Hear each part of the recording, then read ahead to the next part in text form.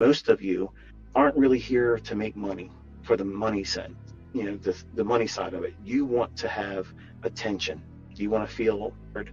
You want to feel appreciated by other people, and you think that that's self-worth, and that's not. That's fake. And I learned that the hard way. I have a lot of scars. Like you may have a father and a mother that you were raised by. I didn't have that. So I have a lot of built-in hostility. I have reasons to prove myself. Everybody said I was going to be just like him. You're going to be just like your father. Fuck, I am. I have an anger issue sometimes. So I didn't have a father like that. I had a guy I never remembered seeing until I was 7 years old, going to Maryland House of Corrections and Penitentiary downtown in Baltimore. I had a lot of lies told to me saying, hey, son, we're going to go fishing. We're going to do all those things that kids do with their dad. They were all lies. So I grew up as a young man with a lot of hostility and animosity and a chip on my shoulder. Shit to prove. Everybody in my family said I was going to be just like him. I look around, I don't see anything that my dad ever did. My father would not be talking to you like this. My father would not have poured out thousands of hours for nothing. My father wouldn't give two fucks about you. My father wouldn't care if you needed anything. If you were in lack, he wouldn't care. So I'm not nothing like and my mother didn't want me. The only reason why I was here and talking to you is because that same man threatened to kill my own mother, cut her throat if she was going to have an abortion, because she had just had an abortion before finding was pregnant by another man. So I grew up with this idea that I wasn't supposed to be here. And in a lot of ways, most of my childhood was me building this idea in my head that I got to become something that's going to make them regret how they neglected me. And that's what wired me to be who I am. And the only people that really mattered to me were my grandparents, because they instilled in me the only things that are wholesome and good. Navy man, took no shit. Yes, sir. Don't sleep in on the weekends. Get up, help me move these picnic tables around. I had a business where he built picnic tables. Sold them for cash, and I would do delivers with them, and you know some already, but they're the only two people I hope they can see me. I hope they can see the person I grew into and how I tried my best to pour into all of you, because I wish I had this coming up. I try to be, and I don't think of myself as a superhero. I don't think of myself as a rock star, but I try to be the very thing I prayed I had growing up. Somebody to look up to that really genuinely wanted to see me succeed, because there wasn't a motherfucker that wanted to see me succeed. They were all waiting for me to fail so they can come around and like hyenas and fucking laugh in my face. And I knew it. And I did everything I fucking could. Multiple jobs, worked on weekends, fucking studied my ass off. Ever did. I excelled in everything. Martial arts, yep. Weightlifting, yep. Businesses, yep. Trading, the fucking best, baby. The best. And there ain't a motherfucker ever gonna be better than me. That's how it's always been. But what pushed me here was the fact that there was nobody, not one motherfucker said, you can do that. Everybody said I was gonna, every single person said I was gonna fail. Well, being the person that I am, all these things that would otherwise be handicaps in other people, mental, I used them as strengths. I have obsessive compulsive disorder. Okay, I'm gonna put myself in fucking charts until I figure this shit the fuck out. Nothing else matters but this. And yes, I was willing to let relationships, family, everything fail around me until I got this. First marriage, failed. My children, I was not the best father. They were provided for, but they didn't have my time. They'd be talking to me about what they're excited about. And I'm looking at charts, nodding my head like I heard what they said. I didn't hear a fucking thing my children said to me. I was a terrible dad, terrible. So you see me as someone that's amazing doing that, but none of you would have paid what I paid to get it. But some of you young men want to do the very things that I fell victim to, that fucked up everything for the first half of my life. And I didn't see it coming, and you don't see it coming.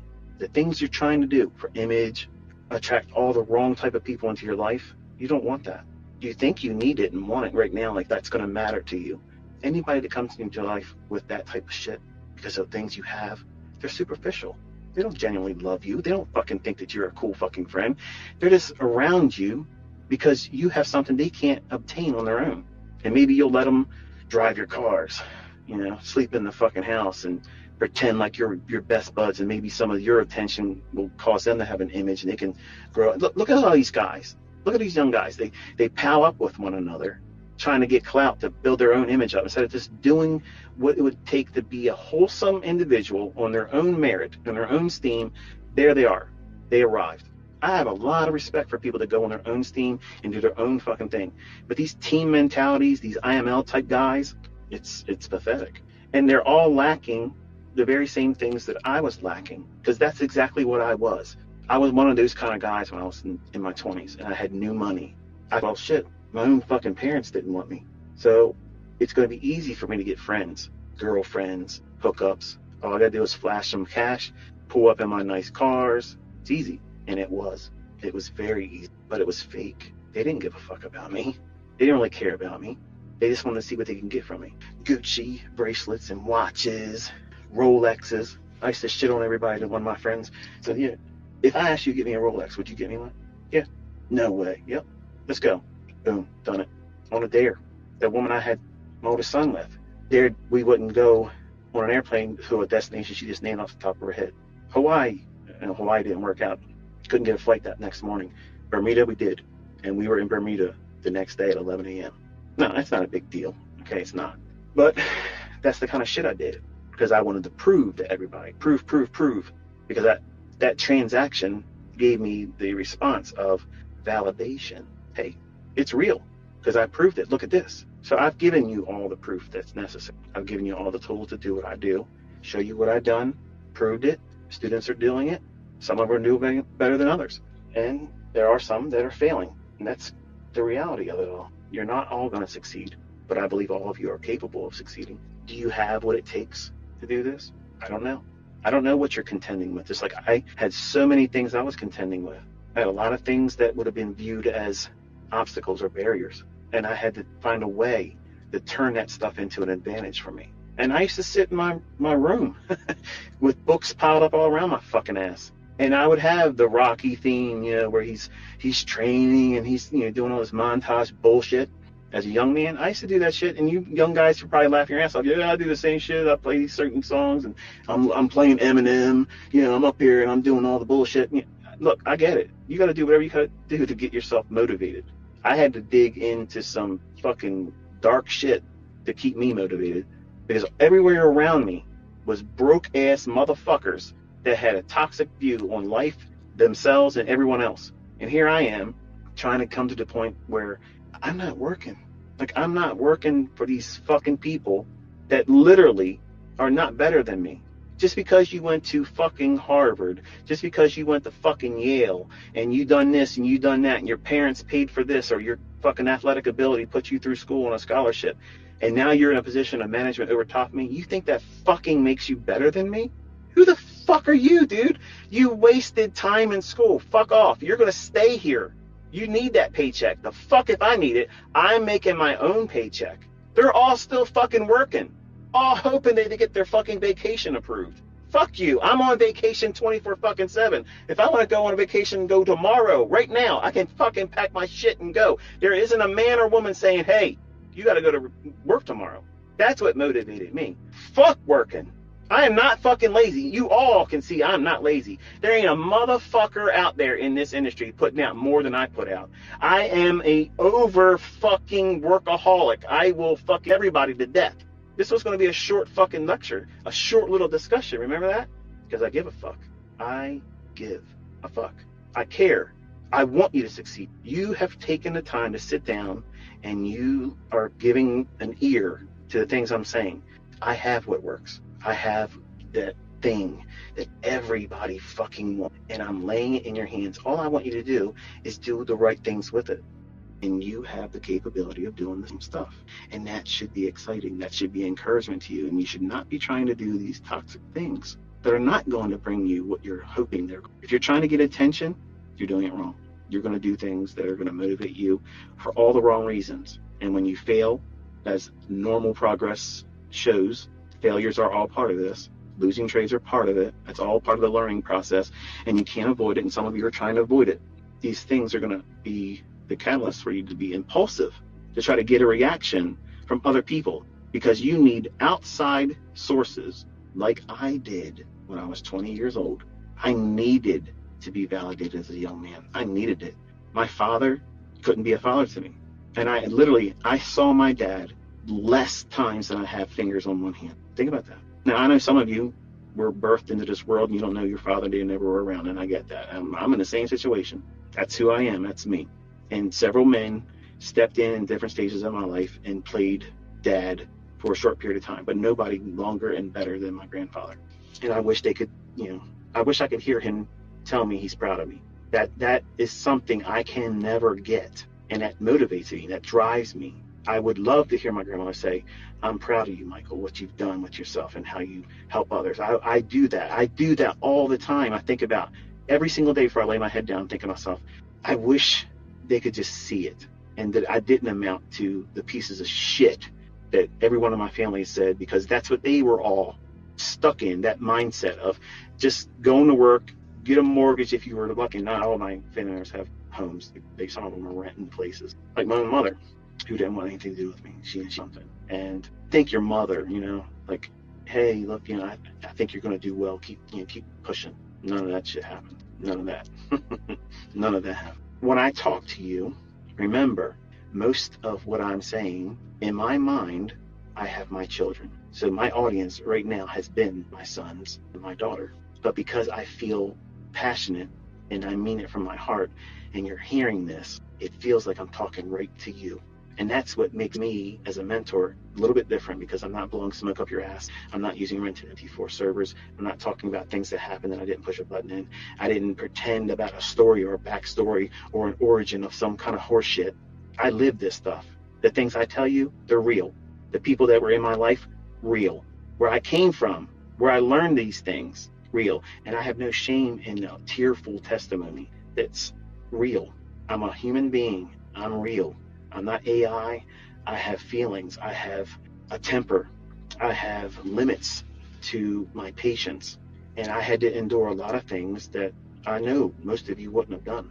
I'm aware of it. I'm aware that I'm not an ideal mentor because of that. So I try to encourage you to do things a specific manner in studying under me, because I'm aware that I'm not the best man in that regard. I have a lot of limitations.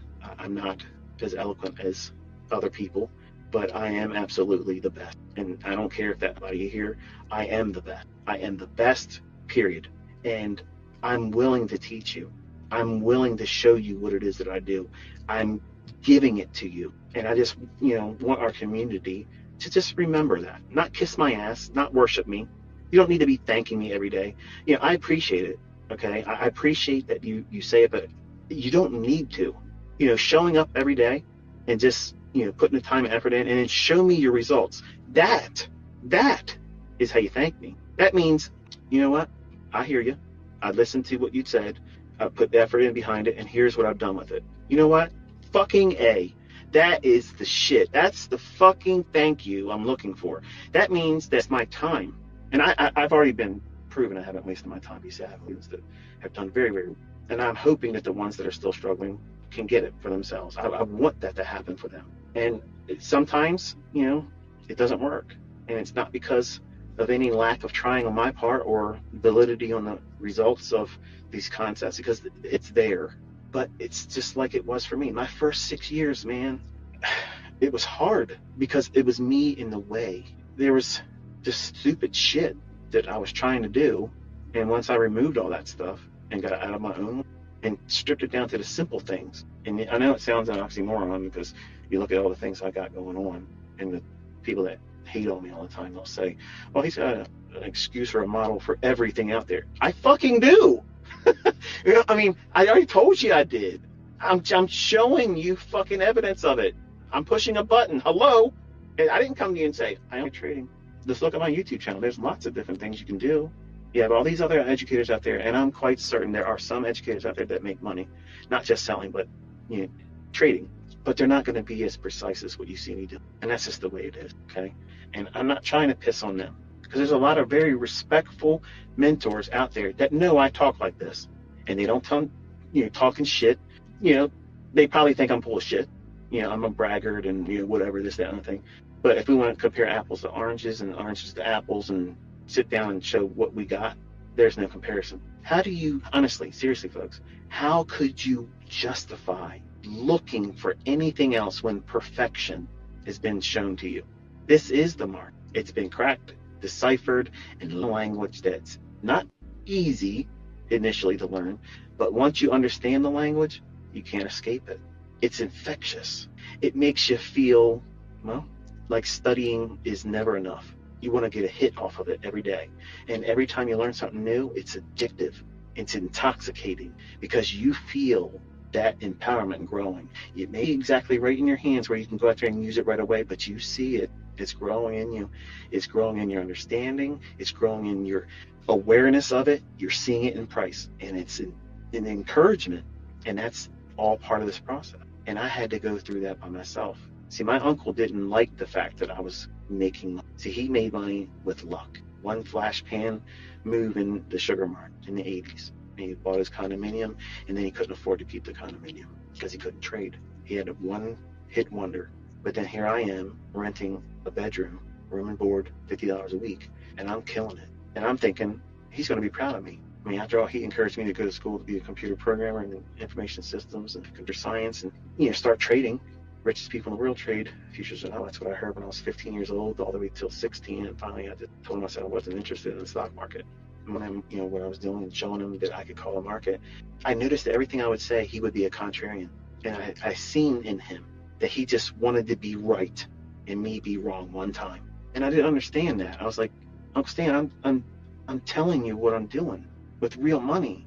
I'm in this with real money, and you're telling me your opinion, and it's diametrically opposed to what I'm actually doing with my own money every single time. Like, you're resisting learning from me, and it's just you and I in this bedroom. Like, I'm to you and nobody else can see or hear what I'm saying, and I want to share this with you. And he resisted me, just like a lot of these fucking trolls are doing that same thing. My own family members still will not sit down and learn from me, and I would literally sit down with them, someone, until they fucking got it right.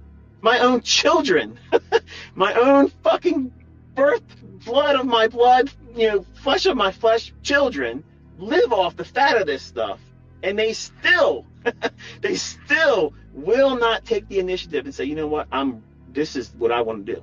I don't understand that, but I'm real. I'm not trying to be something I'm not.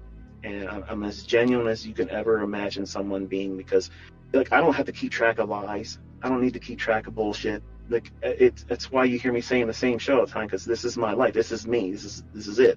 But I'm constantly blown away by how blessed I am to be in this position. I am absolutely honored and blessed that you would see me as someone worth listening to. And how all this came to be, and all the people that came into my life, how the Lord touched me and put a gift in me and an understanding in something that I know that had his hand not been in it, I never would have been able to get right. And it doesn't matter who came into my life and who presented opportunities and who tipped the hand and pulled the veil back, okay? That still wouldn't have mattered. All those things were so complex. When I first looked at them, I didn't understand what I was looking at. And I prayed, I asked, I said, give me the understanding.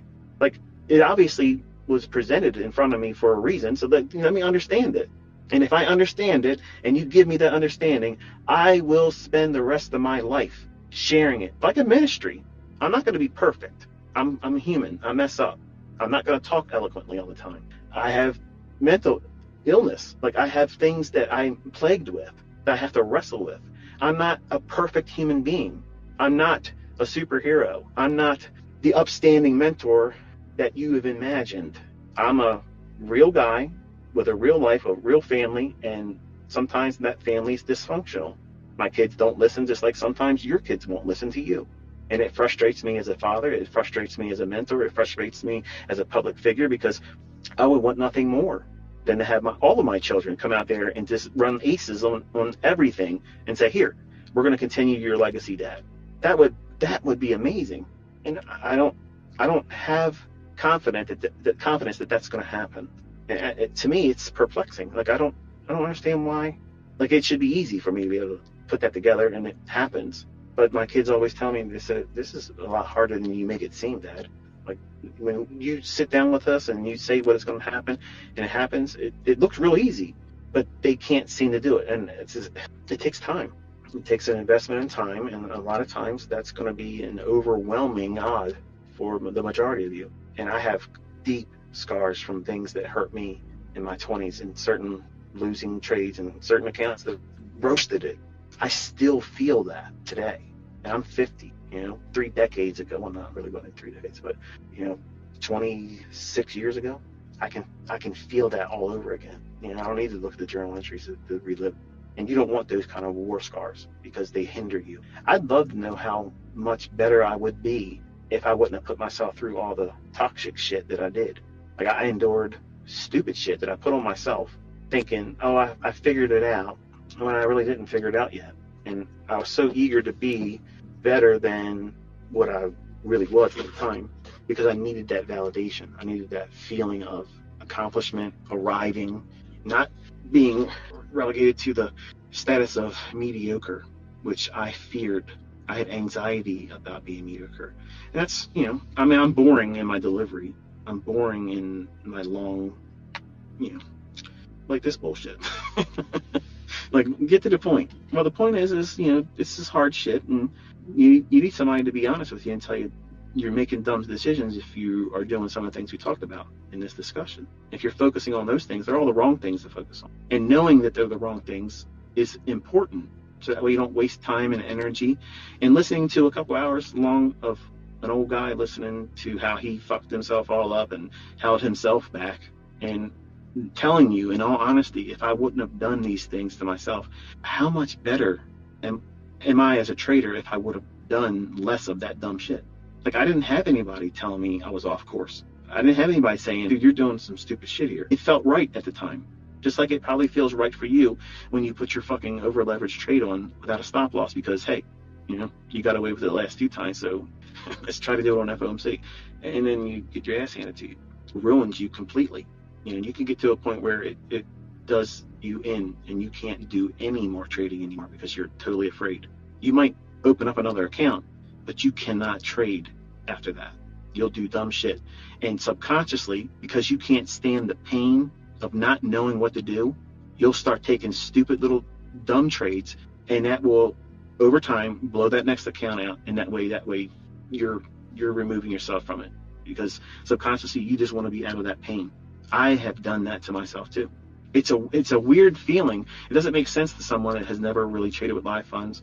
But my second year, there was one account that I had, and I was literally on the verge of feeling like I had figured out everything I ever needed to do. And then all of a sudden, one losing trade, put me into a series of drawdown. And over the course of a couple of days, I blew the account out. And it's because at the time, I didn't want to be patient with myself and give myself time to just work through that drawdown. So I just took death by 1,000 cuts. I literally just sat there and just kept getting in trade after trade after trade after trade. Trading in an account, mind you now, every round turn was $100. That's theft. that should have been odd. Okay, each trade was $100 per contract. They call it a full service brokerage. Oh yeah, you got service fully. Deeply too, no lube. But I did this subconsciously. I didn't know it at the time, but looking back at it now, knowing more about myself and psychology and how I think, I purposely just did it because I didn't want to wait for the next trade to set up that was valid. I was so worn out with the waiting, the discipline that was required. I was like, you know what? It's easier for me to just run the account down, so that way I don't have any excuse. I can't be in front of the charts because I have no reason to be there because I have an account. Now, I know there's somebody listening that has done that to themselves, but they probably never thought about that until it was explained to them just now. Like you probably thought about it, but as soon as you start thinking about it, you dismiss it real quickly because it's uncomfortable. You never heard that kind of shit from any podcast or any trader, but that's the real shit. That's what happens when you live this stuff and it warps you. When you thought you were going to go out there and own the world in your second year of trading, didn't know shit, didn't know anything. You get tricked into thinking a couple winning trades is equating to skill, and it's not. You got to know what you're doing. And I demonstrated this year that there's a way to do this, and it could be extremely profitable. It could be extremely precise, but it's not easy. It looks easy. Doing it for a long time. But once you know how to get out of your own way and you trust the rules, it is easy. But getting to that point, trusting yourself to get out of your own way and following the rules, that is hard. It is very hard. It takes so much discipline. And I can't articulate it in enough words or emphasis that really grabs the sheer essence of what is required to be in that state of mind, to be this consent dialed in. But you all are capable of becoming that, because if you have not taken this away from being under my wing this far, I've openly admitted that I have several mental illness. I'm not afraid to say it. I'm not ashamed of it. It is what it is. Anybody that is long enough knows that I exhibit all these things. If I can do this, there's no reason why you can't. Like you might have one or two things that I say I have and wrestle with. So what? That doesn't mean you can't do this. You may not have money. You may live in a country in Africa. You may be in an impoverished nation. You may have even more disadvantages. That it doesn't change the fact that you can do this. It just means you're going to have to work harder than the other people.